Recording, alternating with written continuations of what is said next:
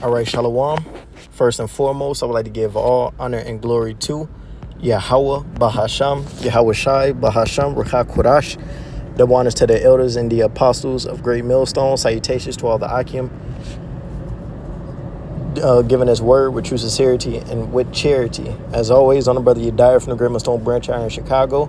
And I beg with another lesson, Lord, want to be edifying, uplifting, an exhorting lesson. Touching on the kingdom to come, as we clearly know and see, as the scriptures say, this present evil world that we're in, and it hastes fast to pass away. And what comes after, as it says in 2 Esdras, the 6th chapter, it tells you that Esau is the end of the world and Jacob is the beginning of it that followeth. The kingdom to come is our home, is the kingdom of heaven. That's our rest that we have laid up in store for us, because here, we have no rest. We have no comfort of mind other than the truth, of course. We have no release. Right now we are in captivity, as it says in the book of Baruch, right? But the kingdom to come, that's our home, that's our rest. And that's going to be our time to actually enjoy existence, enjoy creation, enjoy the things created. You see? So that's what we must continue to strive to, man. That's And really, another thing that really inspired the topic of this lesson, freedom in the kingdom, is we're actually going to have the time to enjoy. You see, right now, we under captivity, so a lot of our day is either given to, having to, go to the plantation, slave for Esau. Then, of course, doing the number one work, this ministry, whether it be read, studying, doing the lessons, or hitting the line. It can kind of feel like, we have time. We don't have the time, and even the so-called off time that we do have is really being spent doing something. But in the kingdom of heaven, which is our rest, as the scriptures say, let me see. We're going to go here first. Rest.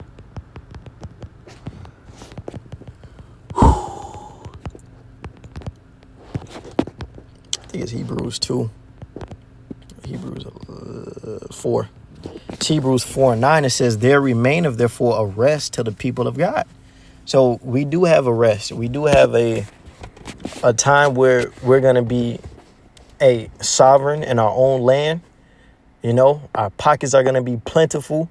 We're going to have land. We're going to have order. The curse is going to be taken off of us, and it's going to be we're going to be 100% righteous, and that's to come in our kingdom, and we're going to have time to actually enjoy it. This is Sirach 18 and verse 9. It says, the number of a man's days at the most are 100 years, as a drop of water unto the sea, and a gravel stone in comparison of the sand, so are 1,000 years to the days of eternity. And we're going to have forever to live, because we're going to be made perfect. We're going to be made incorruptible. The scriptures say this corruptible must put on incorruption, and we're going to live forever. This is the one I was looking for. Days Israel innumerable. I'm a little bit all over the place, but Lord willing, this is making sense through the Spirit. Innumerable.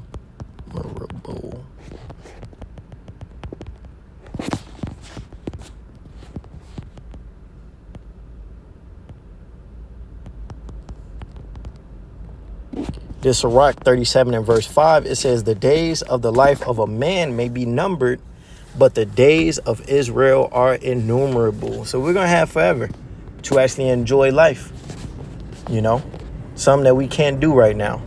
But this small sacrifice, as the scriptures say, it's going to lead to a great recompense or reward. This is 2 Corinthians 4 and verse 17. For our light affliction, which is but for a moment, right? This current life, this current captivity, this is but for a moment. The struggles, the trouble, the grinding, this is all but for a moment. It says, working for us a far more exceeding and eternal weight of glory, because what we're going to receive, the deliverance, salvation from the destruction, being changed, it's gonna pay out double, right? It says, while we look not at the things which are seen, but at the things which are not seen. So we're not looking at this present evil world that we physically see with our eyes. We're looking past this place. We're looking, we have our eyes set on the kingdom of heaven. You see? And that's our rest, as we read in that book of Hebrews. It says, for the things which are seen are temporal, but the things which are not seen are eternal. And our kingdom is going to be forever. We're going to have time to actually enjoy our children, enjoy our animals, enjoy land, explore life. We're going to be able to build, you know. I got one more, just touching on the time, because there's a time and place for everything, right? I think it's Ecclesiastes 3.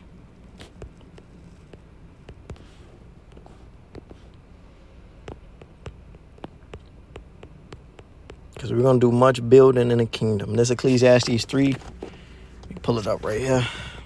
Be tweaking. It's Ecclesiastes 3 and verse 1. It says, to everything there is a season and a time to every purpose under the heaven. A time to be born and a time to die. A time to plant and a time to pluck up that which is planted. A time to kill and a time to heal. A time to break down and a time to build up. And hey, right now it's just trouble, chaos, you know, all type of just madness on the earth right now. But it's going to come a time in which we're going to be able to build. We're going to be able to heal. It says a time to build up. It's like it says a time to break down and a time to build up, a time to weep and a time to laugh, a time to mourn and a time to dance. Right now we're mourning. Right now we're weeping. But soon, as the scriptures say, joy cometh in the morning. Tears may endure a night, but joy cometh in the morning. And the morning represent Yahweh's return. You know, and that's going to be the time for us to dance, a time for us to laugh, a time for us to build, a time for us to heal. It says a time to cast away stones and a time to gather stones together, a time to embrace and a time to refrain from embracing, a time to get and a time to lose, a time to keep and a time to cast away, you know. But that's really much the point, you know. But, hey, emphasis on the time. We're actually going to have the time to do things, man. That's what's coming. Who can get all this time back, man? This is Joel 2 and verse 23. It says, be glad then, ye children of Zion, and rejoice in Yahweh your power, for he have given you the former rain moderately, and he will cause to come down for you the rain, the former rain and a latter rain in the first month. All right. It says, and the floor shall be full of wheat and the fat. So the Lord is going to bless us. Right. We're going to get that. We're going to get, as I said, that former and a latter rain. We're going to get those blessings. It says, and the floor shall be full of wheat and the fat shall overflow with wine and oil. And I will restore to you the years that the locusts have eaten, the cankerworm and the caterpillar and the palmer worm, my great army which I sent among you. So we're going to get, for lack of a better phrase, and we're going to get back that lost time. Because for the bulk of our existence, we've been pretty much in captivity. We had 40 years of peace during the time of King Solomon, you know. But other than that, for the most part, we've been in and out of captivities, you know, having to defend ourselves from enemies, you know. But in the kingdom of heaven, which is going to be here on the planet Earth, the rulership of Yahweh and the throne of David, you know, it's going to be safety. So it says in the book of Deuteronomy, Israel shall dwell alone safely and none shall make him afraid. Right? That's what we have coming for us in the kingdom, man. Time to enjoy life. It says, and ye shall eat in plenty and be satisfied and praise the name of Yahweh your power for the Most High. It's like the name of Yahweh your power that have dealt wondrously with you, and my people shall never be ashamed. So we're going to get that time back, man. We're going to have time to actually do the things that we want.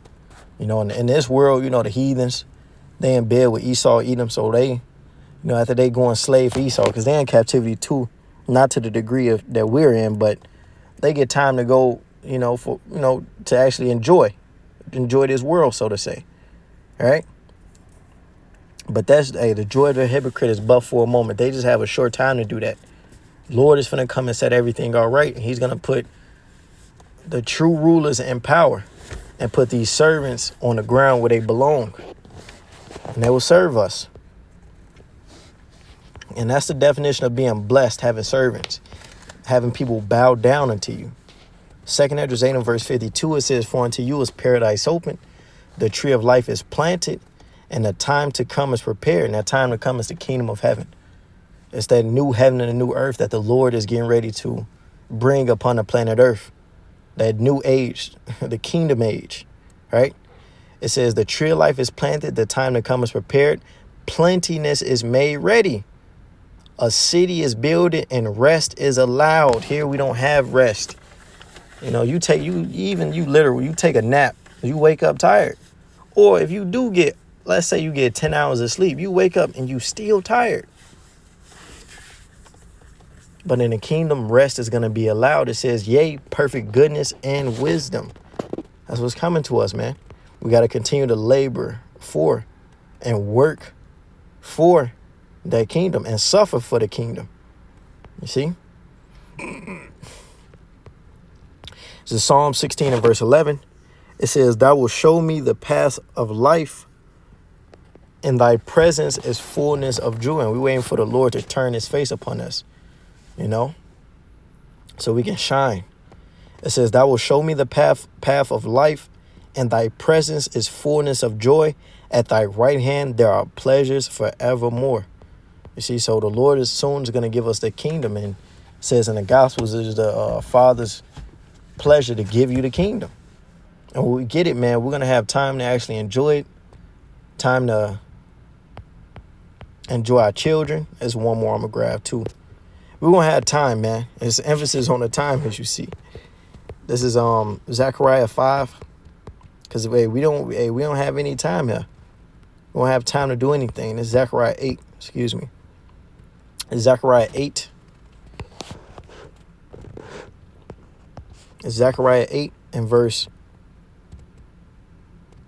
3. It says, thus saith Yahweh, I am returned into Zion and will dwell in the midst of Jerusalem. And Jerusalem should be called a city of truth and a mountain of Yahweh of hosts, the holy mountain. Thus saith Yahweh of hosts, there shall yet old men and old women dwell in the streets of Jerusalem, and every man with his staff in his hand for very age. So our people, and we're going to dwell alone in safety. You know, rest allowed. That's what we've been touching on. Jake ain't going to be divided, gang banging on one another, claiming blocks that they don't own. No, we're going to actually own land. We'll have families, large, big ass family. Jake got big families now, but in the kingdom, it says a small one should become a great nation. Yahweh will hasten it in his time, roughly paraphrasing. It says, and the streets of the city shall be full of boys and girls playing in the streets thereof. And right now, we can't even let our children out of our sight for more than 5 minutes without worrying about their well-being. But in the kingdom, a perfect safety and goodness and rest. Thus saith Yahweh of hosts, if it be marvelous in the eyes of the remnant of this people in these days, shall it also be marvelous in my eyes, saith Yahweh of hosts. So the Lord is looking forward to doing this, restoring us, setting us up. It says, thus saith Yahweh of hosts, behold, I will save my people from the east country and from the west country, and I will bring them, and they shall dwell in the midst of Jerusalem, and they shall be my people, and I will be their God in truth and in righteousness. And we're going to be made perfect. The Lord is going to take this stony, rock-hearted head, hard-hearted heart out of us and give us a heart of flesh, a heart of understanding, a heart that's programmed to follow the Lord 100% perfectly, which means no sin, which means no death, which means no dying, which means we're going to live forever. And we ain't just going to be just floating. No, we're going to be on a planet Earth doing things. We're going to be in other planets doing things. Hell, other galaxies doing things, man. You know? But that's what we have laid up in store for us, man. We just got to continue to labor for that kingdom, because we will have freedom in the kingdom. Lord willing, this was an edifying, uplifting, and encouraging lesson called Halayim La. Yahweh, Bahasham, Yahweh Shai, Bahasham, Rakakwadash. The honors to the elders and the apostles of the great millstone. Salutation to Allah, keep his word to say with charity. Shalom, Brakatham, Kwam Yashwala, Wa Baba Ba. Shalom.